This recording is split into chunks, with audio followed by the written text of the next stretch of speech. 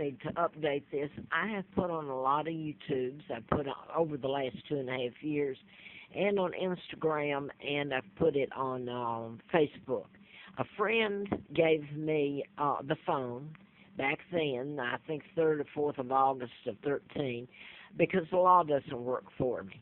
I can tell about Larry Flynt being shot and the person programmed to shoot him. I usually show the endorsement he did in April issue of '84, where he said, I knew who was responsible for his shooting.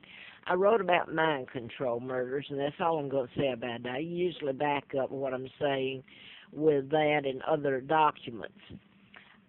It's political. I had a letter back in June of the 23rd of '79, ongoing investigation, national security involved. And it was issued by U.S. District Attorney Harper. Now then, I was almost killed right after then, April the 1st of '80, and illegally taken across the state line to Alabama, where I ended up that May of '80 working for the District Attorney Fred Simpson, Madison County, Huntsville, Alabama. I'm giving you this to show you just a touch of what I've already put up on YouTube, but this is still going on. I wouldn't tell you how bad it's gotten now. The Sheriff Patterson did a background check as required to work for the DA. I passed it and went to work for him. That's when John Lennon was killed and shot by Martin David Chapman. You're talking about knocking off people using names, addresses, dates, synchronicity, etc., in patterns. So what I want to say here, I came up here in '86, October. I didn't see Mr. Flynt again. He did furnish me a car for a year. And then I didn't talk to him again after October of '83. The campaign that I was out there and he was going to help me with was to replace Larry McDonald, U.S. Congressman, doctor, urologist from Piedmont Hospital in Atlanta. The plane he was on went down. He was en route from Juneau, Alaska to Seoul, South Korea. And all the passengers aboard went down. It veered into Russian airspace, and they shot it down. And that's what you can do with mind control. You can program the pilot, or you can program anybody, and they'll veer into somebody else's space, and they get shot down. And it all looks natural cause. What I want to say here, they've made me move from place to place. I came here in, like I say, October of '86. And I have an immune disorder. I'm allergic to chemicals. And if you can control, and that's what they've done, where I live and everything, and it's who I am. If you want to look back and check it up, and that's who I really am. And should I go back, it would probably cause, the truth itself would cause an upheaval of this country and what they're into, and the fact they kidnapped me and all the money involved, because you got the Bilderbergers that helped kidnap me, the Rothschilds, my own Uncle George VI, Elizabeth has amassed money with my money that she's living off of. So you got the world banks and everything's controlled by the people that kidnapped me. So if I were to go back, be able to go back and tell the truth about all this, which I'm doing, you can see what would happen. What I wanted to do was, I'm allergic to chemicals. It causes, if it's toxic, which it's been, it causes me to move when I get so sick I can't stand it.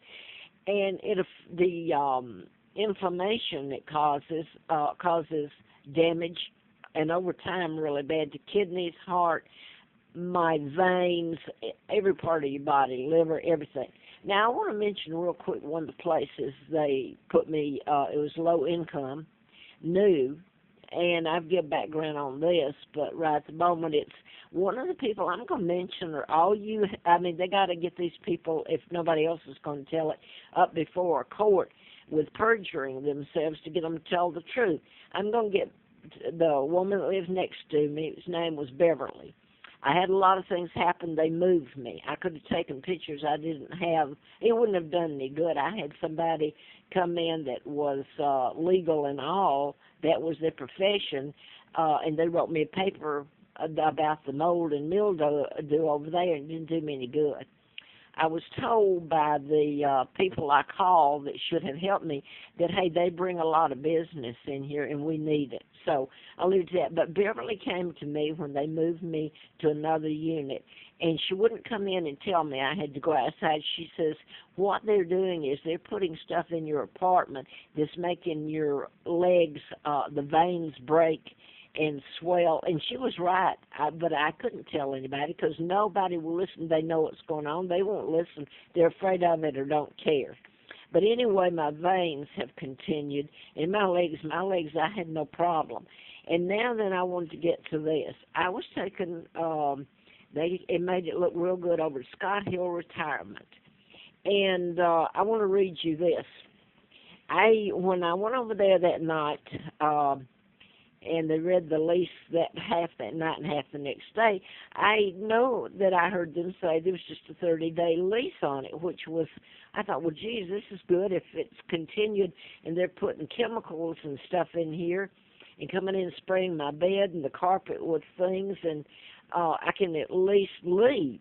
Well, when I tried to leave, because they had black mold, and I even sent them the before and after they were supposed to fix it, I left and went back. It was from July, and I don't want this to go off, the 15th this year until I left October the 5th. And the girl here, I've got this letter, and I sent the photos. I can't get an attorney, but I sent the photos to the people, that management company that runs it. And so I did get a refund. I just now got somebody to take me out to my post office. So this was October the 19th. Please sign enclosed statement of unit condition and security deposit return form. According to the terms of your lease, you're eligible for a refund of your deposit following a 30-day written notice. Therefore, your deposit has been refunded, less $15, which is it shouldn't have been either, for prorated October meals for a total of. Okay, it's Christy McCoy. Now I want to show you the sheet that she put up. It was black mold. It was horrible what I was breathing. Here's what she put in the statement of conditions and deposit. She put as reason for me to move out, not satisfied. Can you believe this? You should see what's happened in all these places. This is HUD right there, low income. Now I want to get to, I came back to the same place I've been quite a bit over the last year and a half or 2 years, really. And it's not the greatest, but it's I can't afford anything else. I really can't afford it. I came back here, and I'm going to tell this, and I don't guess I'll get all of it on what's being done, but I came back, and the unit that I had stayed in, I started having problems. I'd always had kind of problems because carbon monoxide, and they actually are told, the agency doing it gets things on them, and they come in and are more than happy to come in and do it when you don't have to pay for the crime. Put toxic or start doing sealants and all this kind of stuff. Or the air conditioning's a good one. So, I'm going to say this. I moved last night, and I can't walk hardly, but at least yesterday I could walk with my cane and walk around the building. Today, I can't walk. I'm paralyzed almost. My legs and veins are stinging, and I actually will fall. I almost fell today. I can't walk. And what's happened is I moved from that unit here, and I'm going to show you where it is. I'm registered here and paid another one today, and there's no way I can stay. I'd die. It's 6520 Third Lane Road in Roanoke. And, yes, they know they're owned by Shaw Patel, and I think they own this one. I'm sure they do. They own everything around here. And I had repercussions when I told some stuff I knew on this and their connections before. So they own a lot, and they are friends with your congressman and everything. But anyway, I moved here and had to pay a guy to try to help me, a Hispanic guy they just hired. And I got down here. It's the same place. It was just different room and down from me.